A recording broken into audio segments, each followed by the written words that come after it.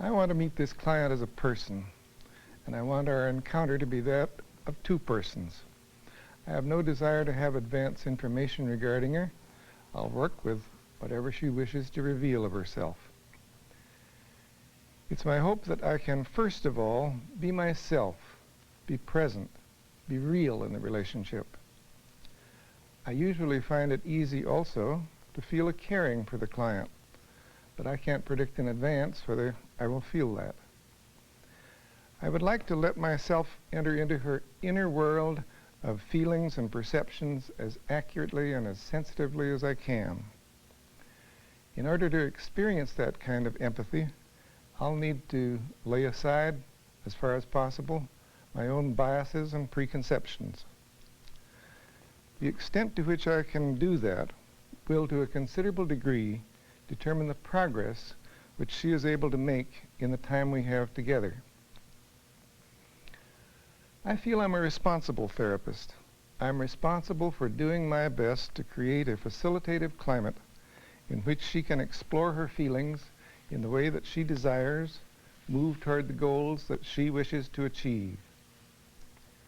It's in this deep sense that my approach to therapy is centered in the client, aiming to empower him or her to search out and experience the areas of conflict or pain, to perceive self in new ways, to choose to follow new options in behavior.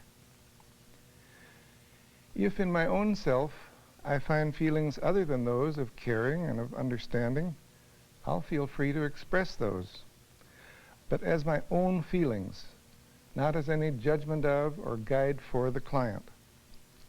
Or, especially on a first interview, I may have no other feelings than a prizing of the client and a desire to indwell in her experience. There's no way I can tell in advance. For me, each encounter with a client is fresh, unpredictable, often enriching to my learning, as well as, hopefully, enriching the self-learning of the client. So I look forward with eagerness to whatever our time together may bring. Hi, Kathy. Hi, Dr. Rogers. I'm really glad to meet you. Thank you. And I don't know whether you're feeling a little uptight under these lights and all, but I think I'm feeling a little uptight. But I don't think that'll last very long. And I have, not having met you before, I don't have any idea what sort of concerns or issues you might want to bring up, but I'd be glad to hear whatever you want to say. I'm not quite sure where to begin, but some of my concerns are I have become very much aware since my husband was killed last December. My own feelings of aloneness. And I don't think it's directly related to his death, because we had been separated for about 4 years before he was killed. And I became aware that after he died especially, that he was really very important in my life. I was kind of using him as a shield against going out and having other relationships. And now he's gone and I can't use that anymore. And I feel very, very frightened of new male relationships. So in some way, his death really made you more aware of the fear you have of new relationships, especially with men. Right, definitely. Definitely, I didn't have that to hide behind anymore. And I had a tremendous feeling of loss when he died, because I did care for him. But in going out with other men lately, I just have this feeling of, it's very strange, and I'm very uncomfortable. So that's, the feeling you have is something more than just the loss of him. It's a different feeling of feeling uneasy or scared or unsure. For a long time I didn't feel like going out, and that was fine, you know, that I was going through my loss of him, and so that was all right. I didn't push it or anything. But just recently I've started going out, and I've been aware for years of how lonely I am. I have been very, very lonely. I haven't been dating very much for the last 4 years, mostly just working and taking care of the kids. And I think I'm keeping myself in kind of like a no-win situation where I'm really lonely, and yet it's kind of like I'm keeping myself there because I've got a guard around me, and I'd like to kind of break out of that. It's as though you're in some way sort of responsible for your loneliness. Yes, I know that. I am. And that's something you'd like to break out of that shell, or that safeguard that you've been hiding behind. Part of me does. Part of you does. Okay. Part of me says, no way. So it really is a very ambivalent, two-way thing. I suspect it's been pretty comfortable behind that safeguard. It's more of a risk if you break out. Is that part of it? I can almost, well, I'm going to say I can almost go back to the point where I really built up that safeguard in me when my marriage was going bad over 5 years ago. And I could feel myself, and I know I did, I withdrew, and I've been withdrawn ever since. It's kind of like, no more. I don't want any more hurt. It's just too damn risky, taking the possibility of being hurt again. And you've withdrawn from that for a long time. See, and I've been aware of this for a long time too, but I never go beyond the awareness level. So the knowledge isn't new. It's the question of what you do about it. That's right. That's right. How can one stay safe and still be open? And the way you shake your head makes you feel, I don't see any way. I don't. I really don't. If I did, maybe I probably would have done it a long time ago. But I don't.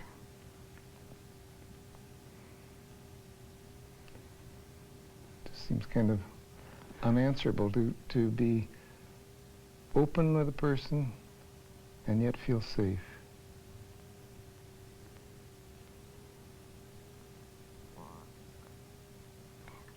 I think I'm a pretty open person to begin with, and everything is fine in a relationship as long as the focus does not turn onto me. I see. If you can keep the focus on the other person, you're okay. That's right, and the focus on me up to a certain level, but not in a romantic kind of a way. A friendship, I would value that. But love, you want to keep that at arm's length. But you know, that's important though, because if a person doesn't want to really be your friend, how can you have him for a lover? No way.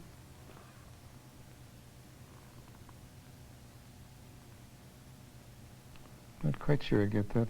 You mean friendship is a necessary first step? Is that what you're saying? Yeah. It is for me. Yeah.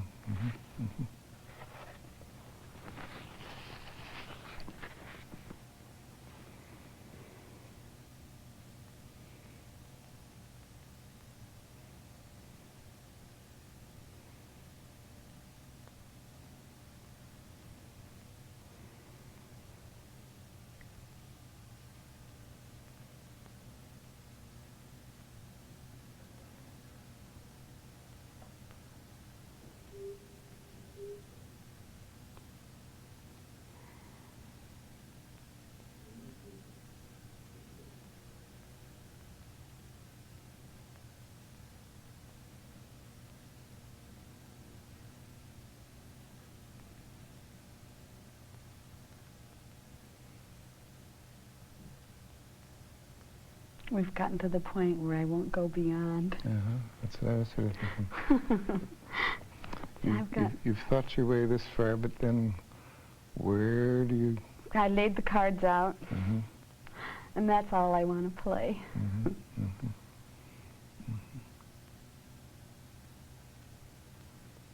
So that in this relationship, it's like in your other relationships. That's right. It goes so far, then let's stop.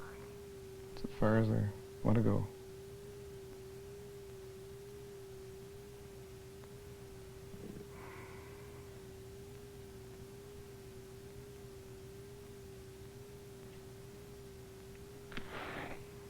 To go any further is a risk, isn't it?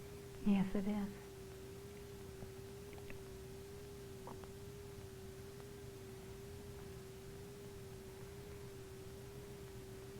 And I think your eyes tell me you're feeling that risk right now.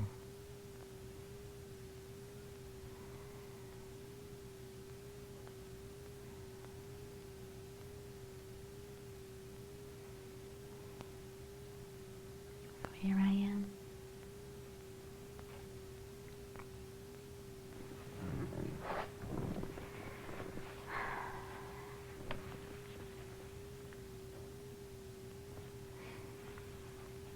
I feel like saying to myself, well, you got this far, it's not so bad.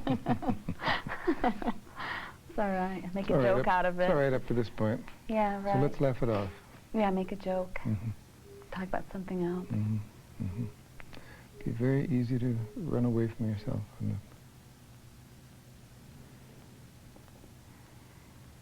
See, but that's it. I made a bargain with myself.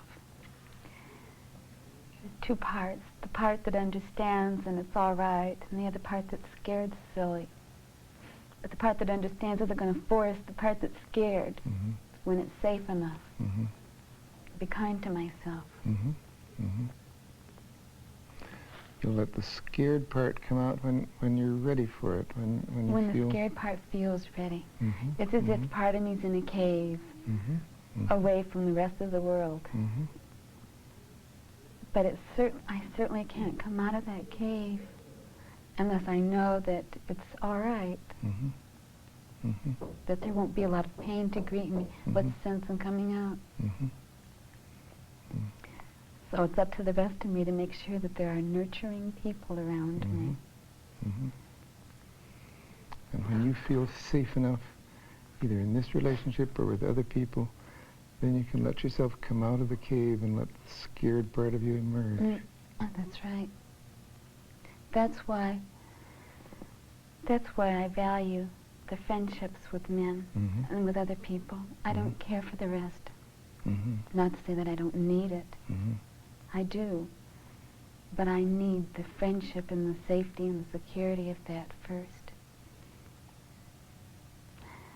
I took a trip not too long ago, and I met a man who I had known years and years ago, only very briefly. And I met him again, and I went out with him, and he was such a lovely person, a kind person, and a very good person. Anyway, it was in the mountains, and as I was driving back from his home, looking at the mountains, I had this feeling. It's kind of funny. I haven't read the Carlos Castaneda books, but I know the concept of the third eye. And I was feeling as I was driving through those mountains that now it's all right for my third eye to come out and to be able to perceive. And I felt so good. But when I came back home, I've kind of busied myself with working on the house and that kind of thing. And I'm kind of back in the same environment, in the same predicament. But I know that I consciously, at times, choose between focusing in on things and not. And I'm really interested in that experience. When you were away from him, then there was just a little while when it felt safe. When I was driving. Yeah, when you were driving. And you could perceive yourself and the whole situation, I guess. I could perceive, it didn't have so much to do with it, it did have to do with him. But I could perceive myself and my closed-offedness. And at that time, I was open, and I had that perception of myself and that awareness that I had been closed, and that when I was driving through that canyon, I was feeling very open, and now I could have my understanding, and it was all right. You let yourself, for that time, come out of the cave. Yes, yes, it was great. And then he came to see me, flew in to see me a couple of weeks ago, and I felt, see, I was aware, I had this memory of that opening up, and so I felt more guarded. Oh, is that right? But kind of slowly unpeeling the layers, or slowly coming out. But somehow, having come out of the cave, you were afraid you might come out of the cave too easily. Yeah, that's right. That's right. So watch out. Be careful. That's right.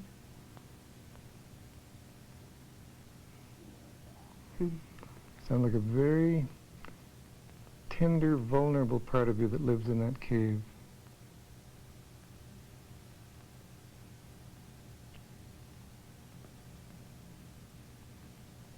I'd say my most tender part. Your most... My most tender part. Your most tender part.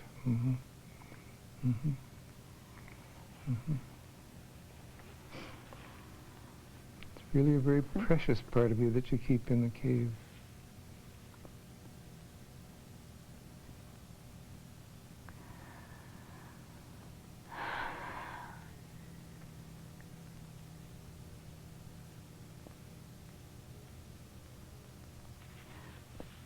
For a long, long time,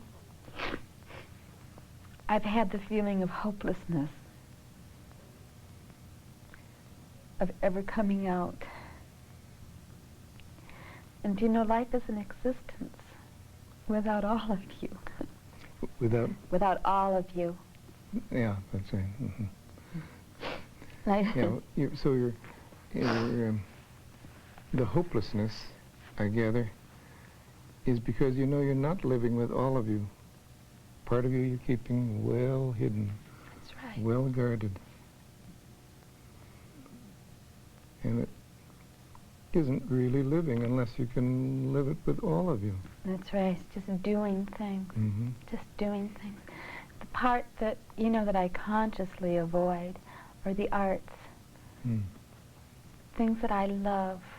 Music, theater, paintings, that kind of thing. So those are the things that I touch your don't get feelings. to the core. Okay, things that touch your feelings or touch the core of you, those you want to stay away from. They get too close. Too close to this very tender part of you.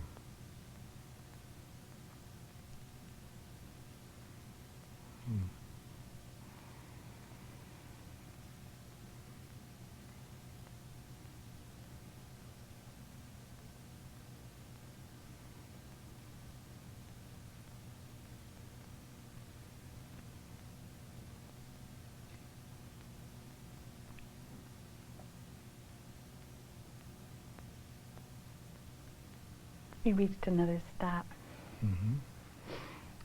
But you felt safe enough to let out a little bit more. And now it's come to another stop.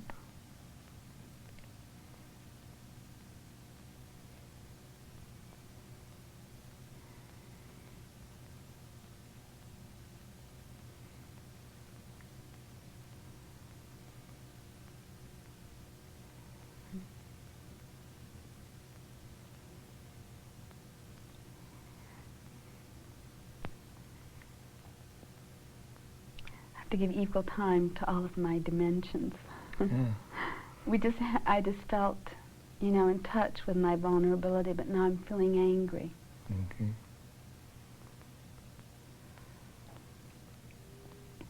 Like it's none of your business what I'm feeling. What am I doing? Getting that close to the vulnerable part of you. Damn it, stay away. That's right. That's right. What do you want to do that for? You got other things to do.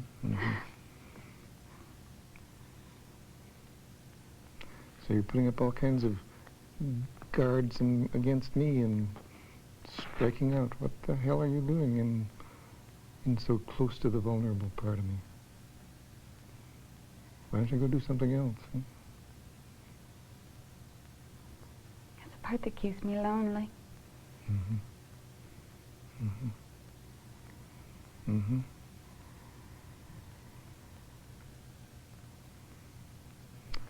So that pushing away part, that kind of angry, get away from me part, is what keeps you very lonely.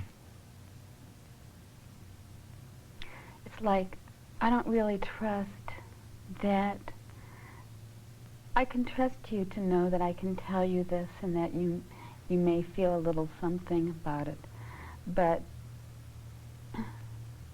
what then, you know? I mean, you know, it's a nice story. So, big deal. Something else to do. What I hear in that is that you feel that I don't really care. Just a story, just That's right. something.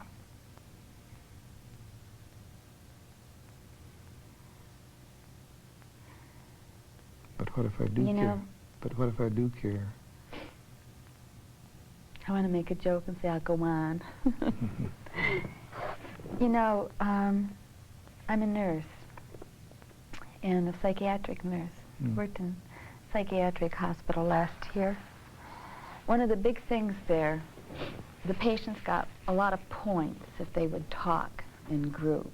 I mean, everybody wants you to talk, you know. That's what the good patients talk. And I thought, you know, anybody can talk.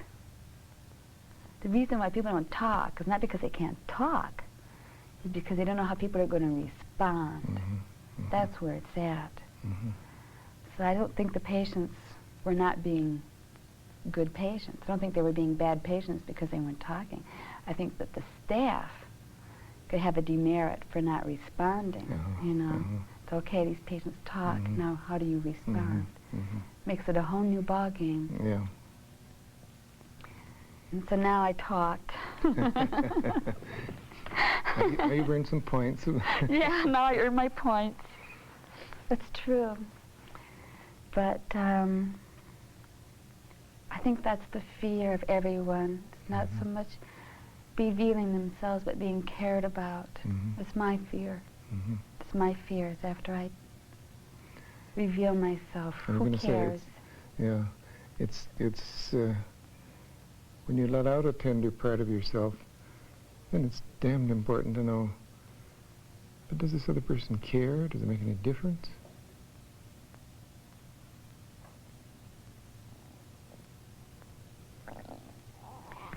My husband used to say he cared, but it was just words. It was words. He, I think he cared as much as he could care, but he had so many conflicts inside of himself that he didn't even see me as a person. Didn't even see me. It's not that he didn't want to care. As he couldn't. He was too busy with himself. But I understand that. And I understand that with other people, too. But see, I just can't go around revealing myself all the time to people who are just too busy with themselves.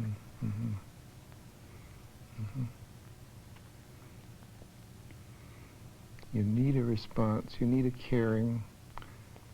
You need to make a difference to somebody. Not to someone who'll say, oh, wow, Kathy, I really care. And then I don't see him for a couple of years. Oh, I'll call you. And then they never call. You know, when I first split up from my husband, I would go to these different functions, not with a date, but with friends, and meet a man and he'd say, I'd call you. And for a while there, I'd be sure that I wasn't home because I couldn't stand to know if he didn't call. And that way I didn't know if he didn't call. So, I mean, there was a possibility that he had called, but I wasn't home, so how could I know? So I was that vulnerable. I was really in touch with it. Makes so much difference to you to know whether the other person is going to really respond when they say they care. Do they That's right. care? Caring people. They'll call you. Mhm. They'll say they'll drop by. How's it going? That kind of thing. And that's not enough. No, that would be enough if they would do that. I see. That'd be just great. Okay. That would be just great. Hmm.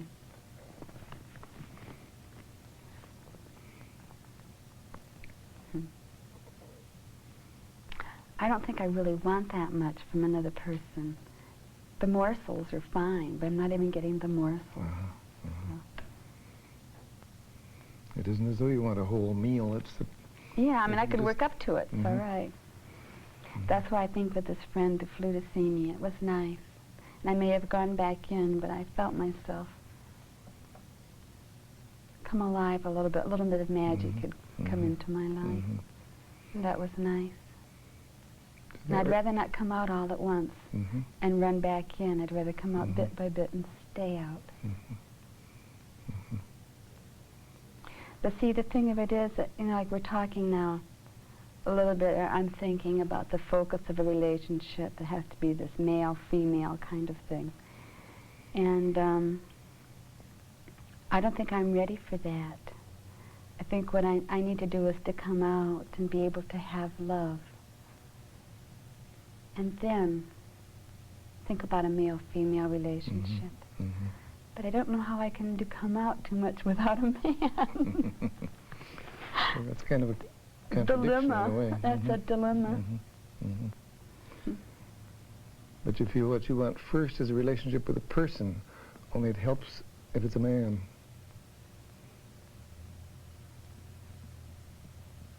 That's right.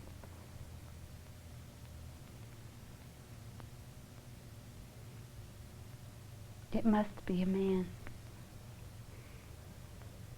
It isn't just better if it's a man, It that's must a necessity. be a man. That's Mhm. right. Mhm. Mhm. Because that's where my fear is. Mhm. Mhm.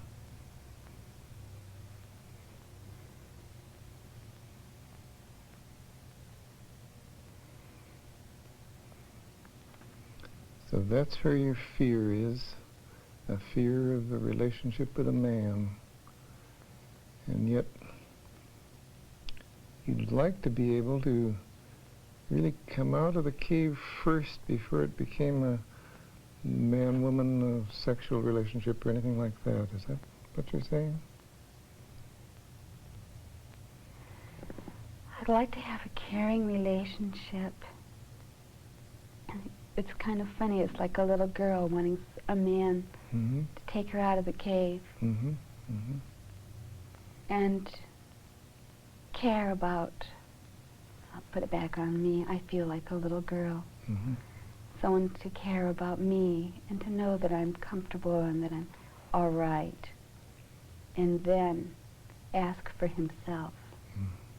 Then ask For himself, himself. of the relationship. Mm-hmm. Mm-hmm. But first, you'd like to have a man come at least to the entrance of the cave and take the hand of you as a little girl and lead you gently out, caring for you. And then maybe other kinds of things might happen.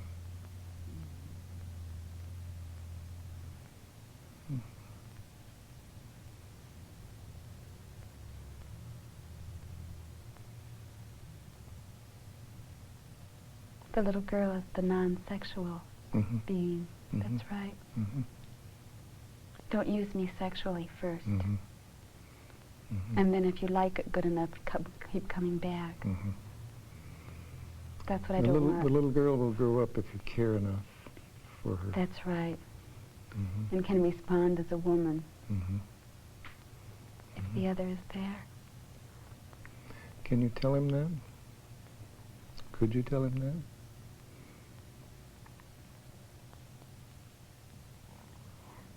I'm confused. Do I tell one man that, or is this what I was thinking of this Oh, this specific man. individual? Mhm. Oh, I think I could tell him that. I know I Mhm. could.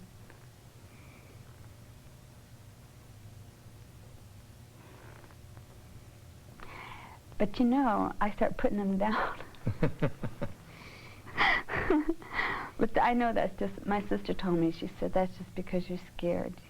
Because I told her the kind of man thought I would be comfortable with, and he is this kind of person. Mhm. And then I start telling her all these bad things, and she said, nobody would be perfect. You would do this with anyone. So, but with this person, I think I could. Maybe you could let him know what you need.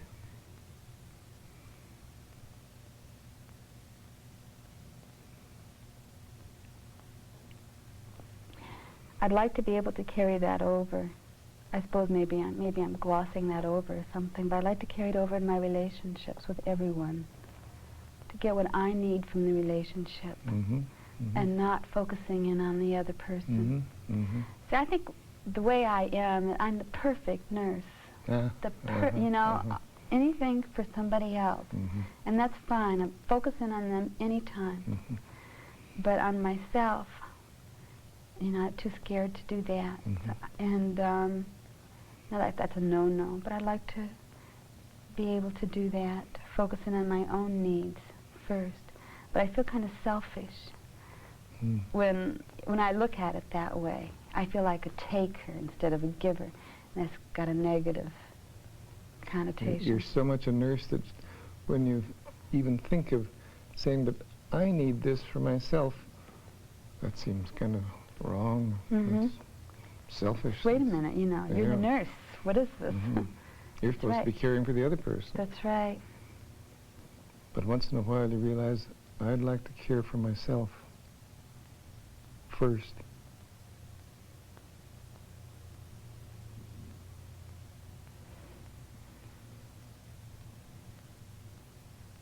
Seems awful. just to say that. You're so naughty just thinking about it. Just to say that seems, what a selfish person I am. Yes. Terrible. Awful. I feel wicked, but I enjoy it. I'm enjoying thinking about it. It's fun just to imagine. Yeah. I might want something for myself first It's in a really a relationship. lovely fantasy to be completely narcissistic, completely self-centered, Uh-huh. and into pleasure, Uh-huh. Uh-huh. and into comfort. Mhm. Just being good to yourself. But in a way, you know, I am being good to myself by keeping that vulnerable part of me away until it's safe. Mhm. Because not everybody would be good to you. No. Not everybody would be kind. There are people who would use you up and not bat an eyelash, and not even think about it. Mhm. So that you have a real respect for your instinct for preserving yourself. That's right. You can't trust everyone. Not everyone would care.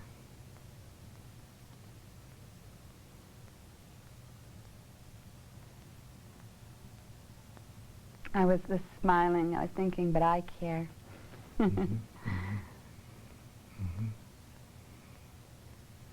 And you say that with a smile, but that's pretty deep too, isn't it? That I do care. I and I care like for caring. myself. Yeah, I like it. I like caring for myself Mhm. and not giving away every part of me Mhm. just because some Tom, Dick, or Harry wants it. Mhm. Mhm. I really prize myself, and I'm proud of that. I'm not going to just give myself away. That's right. Hmm.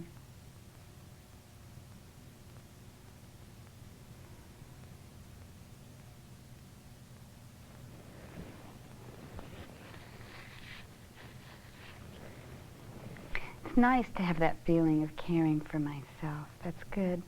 But you know, since Dick died, I was thinking, you know, I could die tomorrow.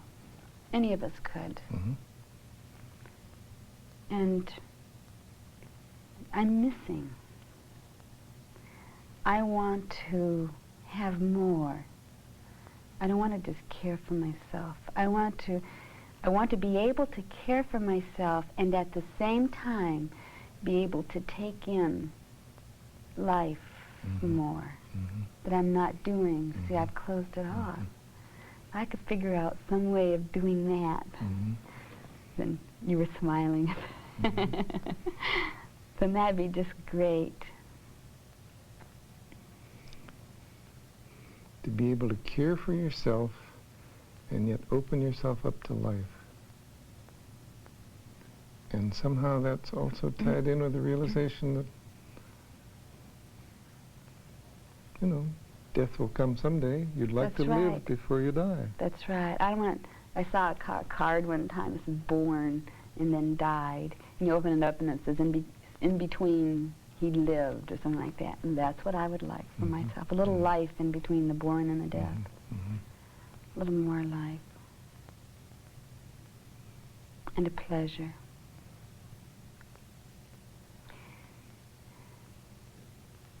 See, that's what I'm missing deep down inside is the pleasure, the experience of pleasure and joy, those kind of experiences. I mean, I'm happy, I have fun, I do enjoy my children, but it's on a limited level. You don't really open yourself to joy. I guess fun, yes, sure. The joy is on a deeper level, see. So.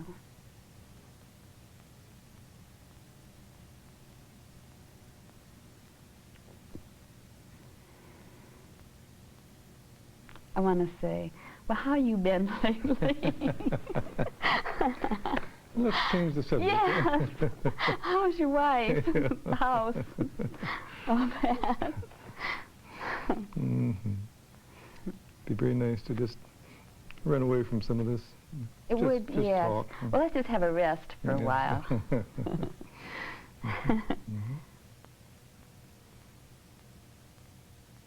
I'm impressed with the fact that when you need a rest, you really take it. Oh, thank you. I was thinking my humor comes to the rescue. Gives me a breather. It's one of the ways in which you preserve yourself. That's right.